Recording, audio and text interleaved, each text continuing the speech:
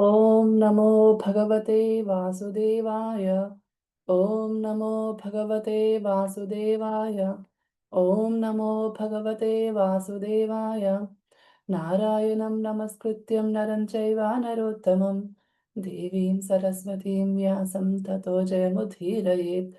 नष्टप्रायेषु अभद्रेषु नित्यं भागवतसेवया Bhagwati उत्तमश्लोके भक्तिर्भवति नैष्ठिकी। Today we are reading Srimad Bhagavatam, Canto 9, Chapter 5, Durvasa Muni's life spared, from text 23 to 28. Text 23.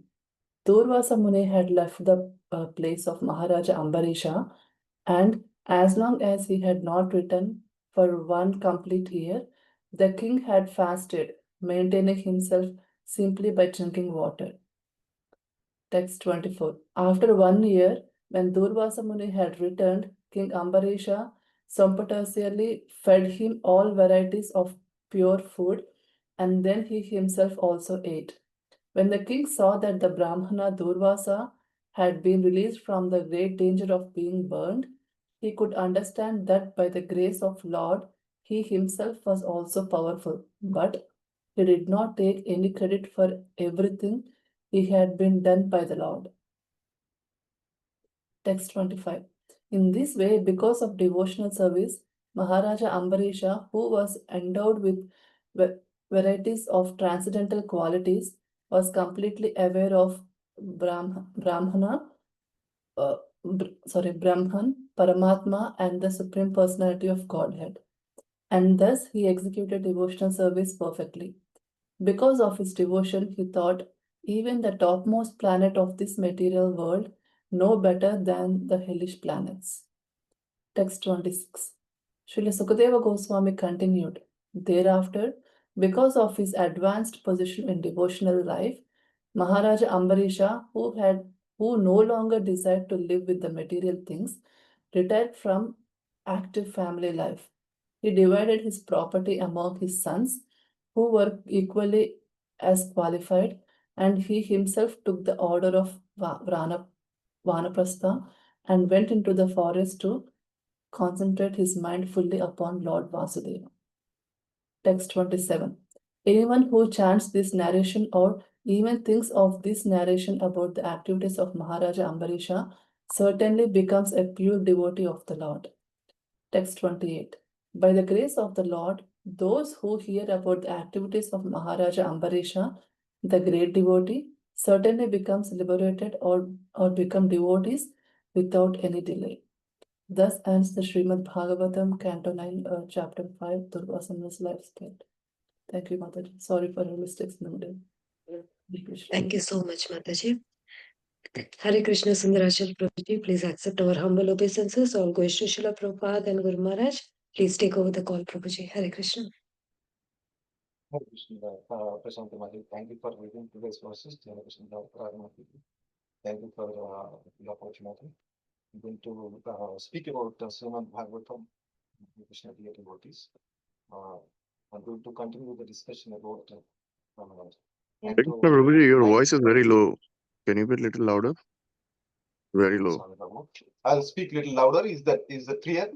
No, no better, Prabhuji. Hare Krishna. Thank you, Prabhuji, for letting me know. So, Hare Krishna, dear devotees. Today I'll be speaking about the continuation from yesterday's topic, the Ambarish Maharaj's pastime. The Ambarish Maharaj, he went through some difficulty due to Durvasa Muni, and Durvasa Muni has spared his, his life was spared by Sudarshana Lord himself, and he heard the prayers offered by Ambarish Maharaj for protecting Durvasa Muni from the danger of Sudarshan, who was trying to protect, who is the personification of Lord Vishnu's protection, who was trying to protect our Ambarish Maharaj. So how Durvasa Muni was spared because of Ambarish Maharaj's prayers, we heard from the grace Vishnu Das Prabhuji. Today we will continue the discussion, the translation we have just read. from verse number 23 to verse number 28. That concludes this chapter. This is such a beautiful pastime over here. I'll go through, before I go through further discussion on this, let me offer deep prayers to our Guru and Guru Parampara. Om Ajnanatinirandasya Jnananjana Shalakaya Chakshurunmilitam Yena Tasmai Shri Prabhaya Namaः. Namo Vishnupadaya Krishna Preshtaya Bhutale Srimate Bhaktivedanta Swaminiti Namine Namaste Saraswati Deve Gauravani Pracharine Nirvishesha Shunyavadi Paschata Deshatarine Jai Shri Krishna Chaitanya Prabhu Nityananda Shri Advaita Gadadhara Srivasadi Gaura Bhakta Vrinda Hare Krishna Krishna Krishna Hare Hare Hare Ram Ram Ram Hare Hare.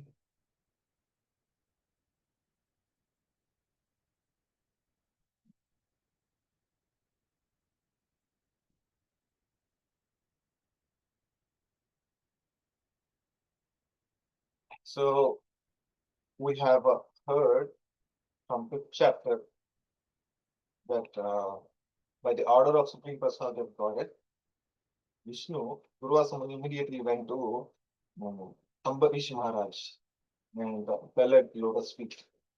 And Maharaj Ambarisha, from the summary of what Prabhupada has given on this reading note, being naturally very humble and meek, felt shy and ashamed because Durvasa Muni had fallen at his feet.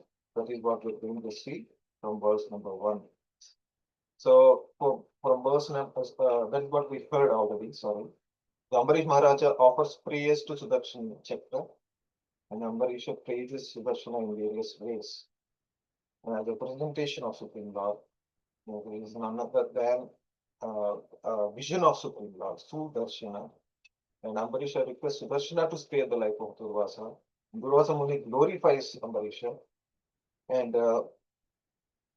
with that, Sudarshana Chakra is pacified and becomes peaceful and stops burning Durvasa Muni. So Durvasa glorifies the greatness of devotees. And as you know, the Durvasa Muni has glorified from 14th verse to 17th verse. You heard he glorified devotees as well as Ambarish Maharaj. And Ambarisha honors Durvasa, who then praises Ambarisha and departs. And now from 23rd to 28th verse, we will hear Maharaja Ambarisha's renunciation. That is the topic for today. So when Maharaj Ambarisha prayed Sudarshan Chakra be merciful, Prabhupada says, being appeased, he refrained from killing Durvasa Muni, who thus achieved Sudarshana Chakra's mercy.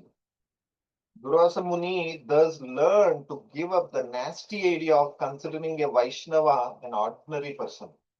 Vaishnave Jati Buddhi. So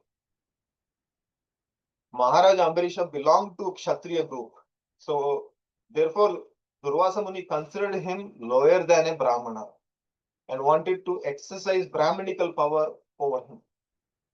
This is what is the lesson that Supreme Lord has given. By this incident, everyone should learn, Prabhupada says, that how to stop mischievous ideas of neglecting Vaishnavas. And verse number 23. So today's list of verses are very limited, so I'm going to be really quick, going to cover some other topic also. So verse number 23 says, Ambarisha Maharaj has fasted for 1 complete year simply by drinking water from the time Durvasa Muni left his place till he returned back. So with this we can understand already Maharaj Ambarisha has performed his Ekadasi Vrata, about to break fast. And before he breaks the fast, before the moment of Dwadasi is happening, at that time, Durvasa Muni showed up.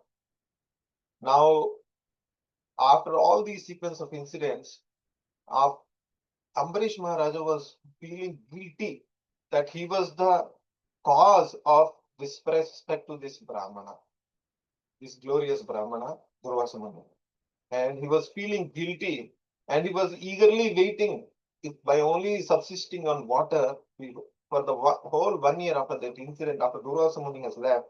He was waiting for Durvasa Muni to arrive and did not honor any prasadam except water. As you can see, the nishtha of Ambarish Maharaj, uh, and also you can see how glorious his etiquettes are. And he fasted one complete year simply by drinking water from the time Durvasa Muni has left. As long as Durvasa Muni had left the place of Maharaj Ambarisha, he had not returned for one complete year, desiring to see him again. This is what he had in his heart. Desiring to see Durvasa Muni again, he fasted, not simply fasting. And as long as the sage had gone and not returned, he fasted. And 24th to 28th verse, we can understand how Maharaja Ambarisha has renounced. And in 24th verse, it is described that Ambarisha didn't take any credit when Durvasa had been protected from being burned by the Sudarshana Chakra for everything he had done by the Lord's power. So here Ambarisha is humbly considering, Prabhupada says, that his powers and qualities such as forbearance to be only the power of the Lord. That means he is not thinking the capacity to forgive. Also is thinking that even the capacity to forgive him, Durvasa Muni, was given by Lord. So that is the consciousness of Ambarish Maharaj.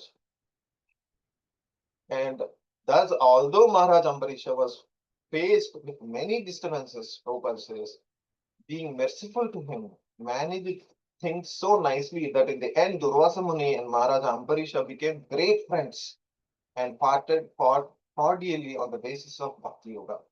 So, when Bhakti Yoga is performed, the end result is always positive only, Prabhupada is saying. Now, despite all this disturbance, Ambarisha Maharaja and Durvasa Muni have departed cordially. Similarly, you might have seen in previous chapters where Indra had ill intention to kill all the children of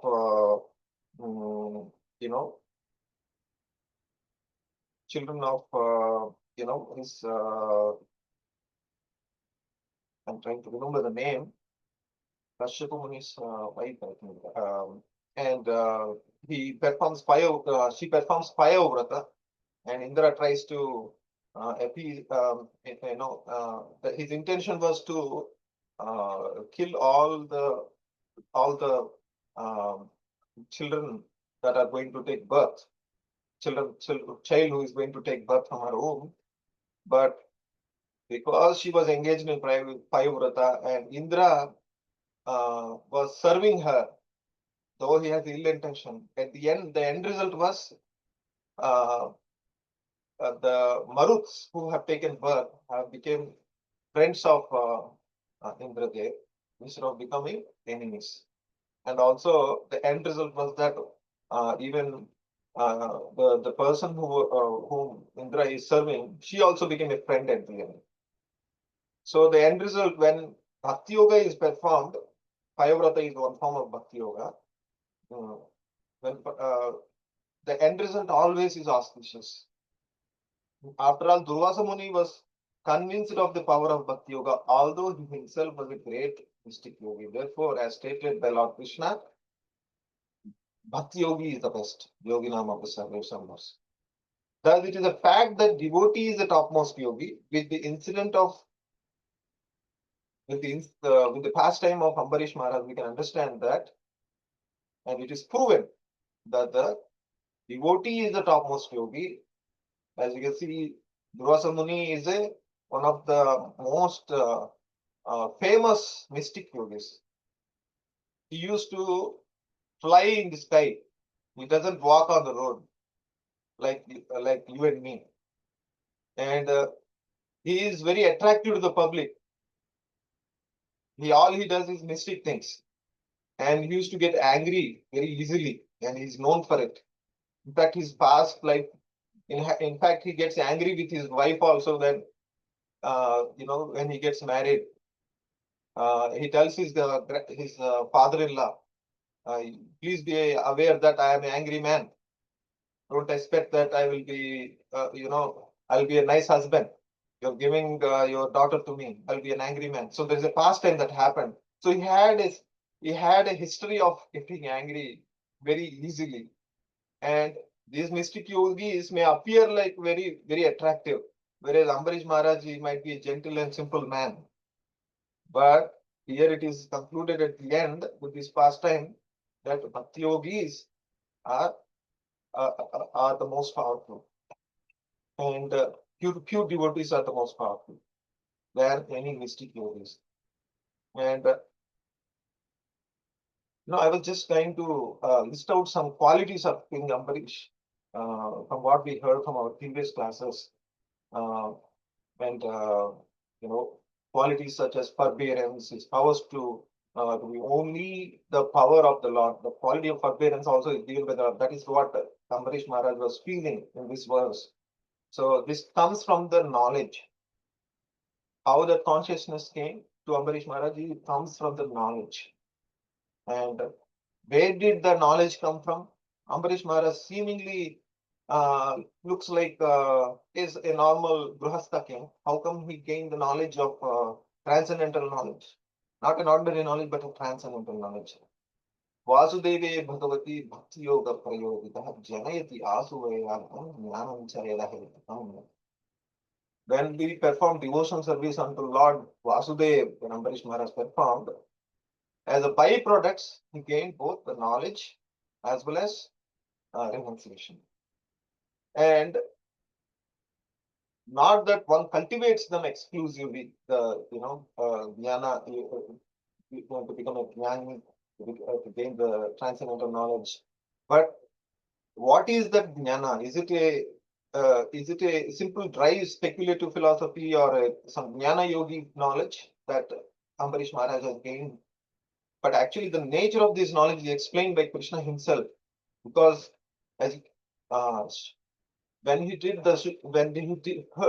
was hearing, it was mentioned in our previous chapter that Ambarish Maharaj engaged all his senses in devotional service unto the Supreme Lord Krishna.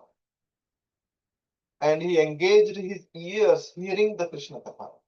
And what is the Krishna Katha?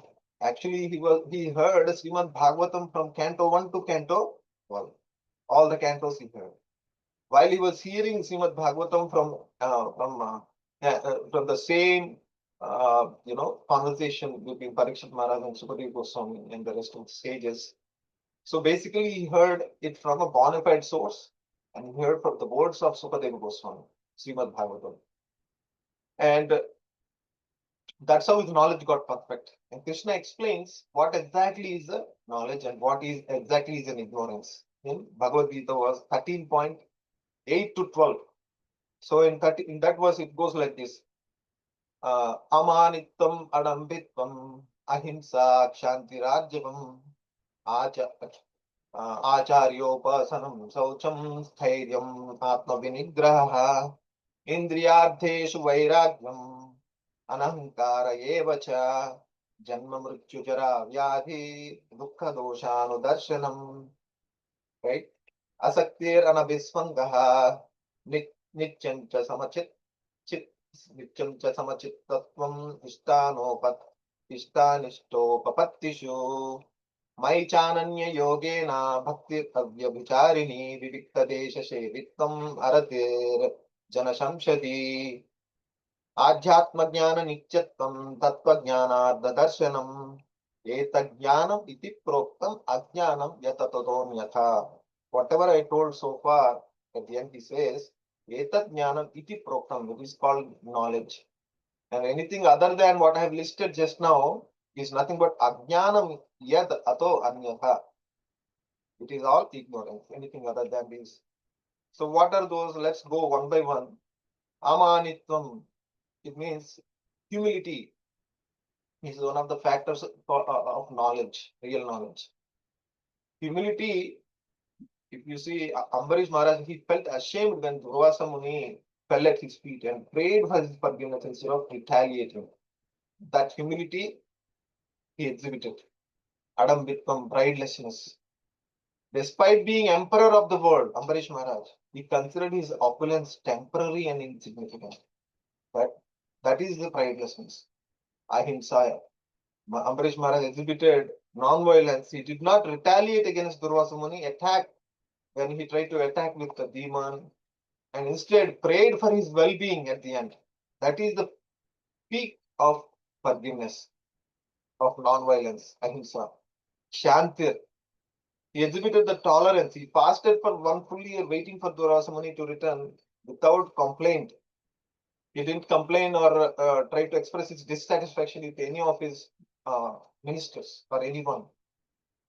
And Arjavam, he was exhibited simplicity. Though wealthy, he lived a life of devotion and detachment, engaged in simple devotional acts like temple cleaning.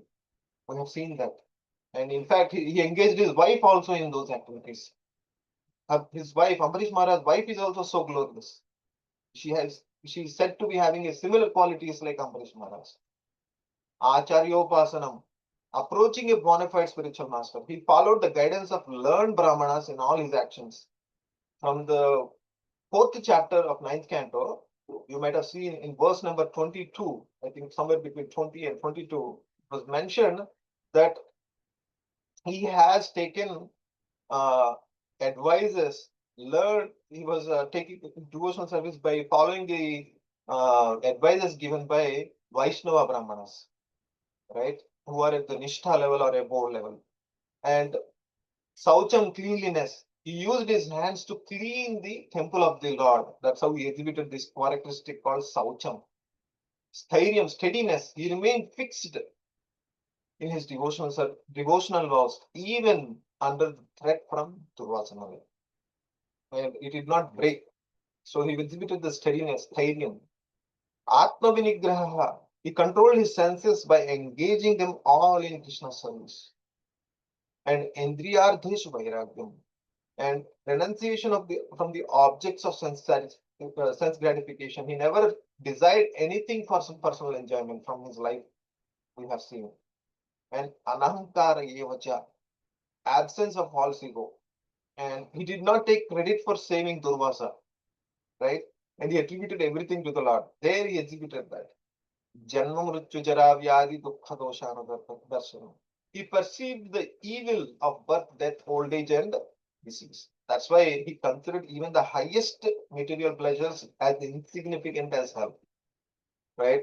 He advised, in fact, his all his people in his kingdom were simply engaged in hearing Krishna Katha and performing activities of devotional service, because he himself is doing and he is asking his subjects to do.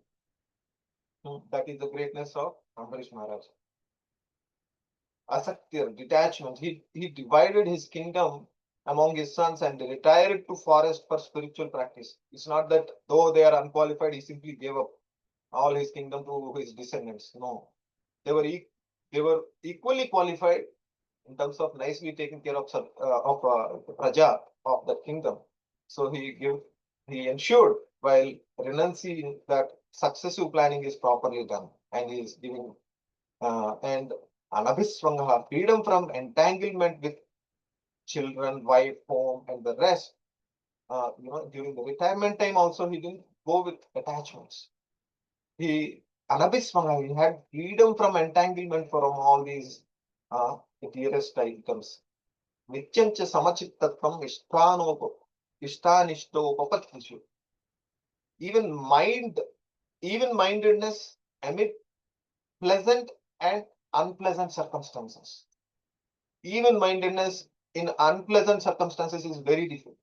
We exhibited, right? Nityanta samachittatvam, he clearly exhibited that. He remained composed during Durvasa's curse and attack, right? and Mai Chananya Yoga Yogena Bhakti Avyabhicharini. And he engaged all his senses 24/7 in Krishna service.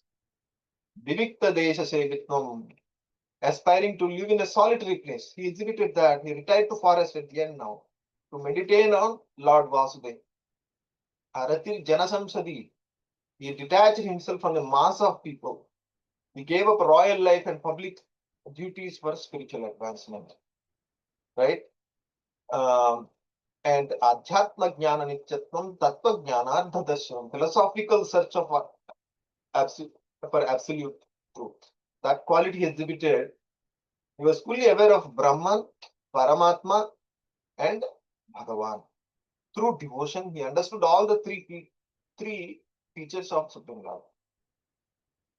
So that is why he is situated in the knowledge. Because he is situated in knowledge, Ambarish Maharaj is able to attribute the credit of protection of Durvasa Muni not to himself, but to Lord only. So if you see,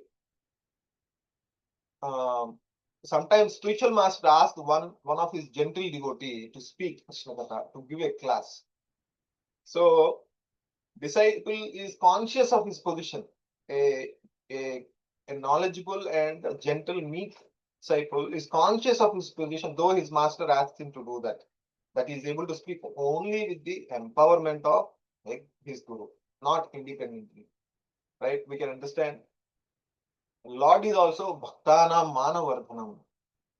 And also it is mentioned in Prachetaspeya. So Lord is Prabhave Sarva Sattvatam. He increases the influence of his devotees. Prachetas says. Lord himself increases the influence of his devotees. Bhaktanam Manavardhanam. Kardama Muni prays before renouncing that the Kapila Muni, he came as a Kapila Muni, Lord himself in his house, in a householder's house, and he has given him the fame that he is father of Supreme Lord. And Kardama Muni is saying, Bhaktana Manavardhanam. You are the one who always think of how to increase the glory of my devotees. So, and you can see, sometimes if we see the glory of the association and the influence of King Ambarish, I was just reading purport from first canto from Vishwanath Chakravarti Thakur commentary, where it was mentioned that King Yayati was people think usually that bhakti is caused in Yayati because of renunciation. The story of King Yayati from Srimad Bhagavatam is that it's a fascinating tale where he had a desire, karma, and renunciation in his life phases. Feeling of renunciation after enjoying for a long time. So people think that he developed feelings of renunciation after enjoying for a long time, and he had a detachment and took to devotion service. Vishwanath Chakravarti Thakur says, no, that is not the case. When Yayati was ruling on one side of the planet, Ambarish Maharaj was ruling on the another side of the planet, and the influence of Ambarish Maharaj's devotion service has affected Yayati. Yayati. And Ambarish Maharaj Bhakti is the cause of Bhakti of Yayati. So the Bhakti is the cause of Bhakti. That's how Acharyas explain wonderfully. Just like how Narada Bhakti is the cause of Prahlad Maharaj Bhakti. Right? So in the next verse, 25th verse, Ambarisha thus performed Bhakti unto Lord Vasudeva, who contained Brahman and Paramatma in himself. Right? He was endowed with all good qualities and thought even the topmost planet of this world is no better than hell. Prabhupada quotes, Kaivalyam narakayate tridasapur akasha pushpayate Vurdadendriya kala satpa patale proktahadam shrayate. In that verse, it is being quoted from Chaitanya Chandramruta, where Prabodhananda Saraswati has sung this verse by indicating Lord Chaitanya Mahaprabhu. For one who becomes a pure devotee like Ambarish Maharaj, through devotion service to great great devotees like Chaitanya Mahaprabhu, Kaivalya, merging into Brahman, appears no better than a hell. That's why it is mentioned, Kaivalyam Narakayate. A devotee does not care a fig for such perfection, yogic perfection, since the purpose of yogic perfection is achieved automatically by a devotee. This is all possible when one becomes a devotee of Lord through the medium of Chaitanya Mahaprabhu's instructions. Medium of, if we follow the Chaitanya Mahaprabhu's instructions, anybody can perfect his life. And Chaitanya Mahaprabhu's instructions we can, in Sistashtakam, he has wonderfully explained, right? And primarily he asks us to do chanting and Sankirtana, perform congregational chanting.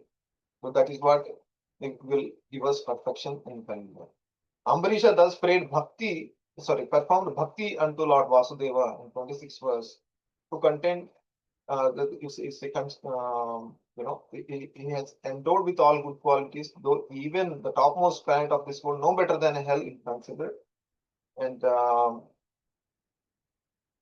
27th verse talks about Falashruti, because of when we hear glorious pastime of Ambarish Maharaj, the Falashruti was given. Anyone who chants or even thinks about this narration of Ambarisha becomes a pure devotee of the Lord and becomes liberated. So it is not just we chant this narration, but even thinks of this narration. So such a great benediction about the activities of Maharaj Ambarish. Not just, even if you don't have a book in front of you, even if you think of the pastime of Ambarish Maharaj, just that can give us a liberation, and that can bestow us to become a pure devotee of Lord Krishna. Even a householder can concentrate his mind perfectly on Lord, as illustrated by Ambarish Maharaj himself in his own glorious acts. In 4th chapter we heard, right, from 18th verse. So devotees who are attracted to bhakti have the nature of a merchant greedy for a great treasure. Here a comparison was given. Even though Ambarish Maharaj is already doing few devotional service, he still took renunciation and he went to forest to focus completely on Vasudeva Krishna. And it is that act is compared to a devotee attracted to bhakti will behave like a merchant who is greedy for great treasure. Though he has acquired so much of wealth, he will still aspire to gain more wealth, the merchant. Similarly, a devotee, though he attained so much of devotion, will still try to get more and more, increase it more and more. So beautiful comparison was given here. And 27th and 28th, anyone who chants even thinks about this narration. The same thing was mentioned in 28th verse also. So by the grace of the Lord, people who with devotion hear about the activities of Maharaj Ambarisha, the great devotee, certainly become liberated by the mercy of Vishnu. Thus ends Bhaktivedanta purports of 9th Canto, which chapter of Srimad Bhagavatam entitled Durvasamani's Vice is Fair. So, Ganandhara Srimad Bhagavatam ki jai, Srila Prabhupada ki jai, Ambarish Maharaj ki jai. Today is Ekadasi. Thank you for attending today's Srimad Bhagavatam class and giving your association. Hare Krishna. Thank you, Prabhu, for a wonderful class. Thank you very much, Prabhuji. Hare Krishna. Thank you so much, Prabhuji. Hare Krishna. Thank you, Prabhuji, for a beautiful class. Thank you all devotees for joining the class today. Hare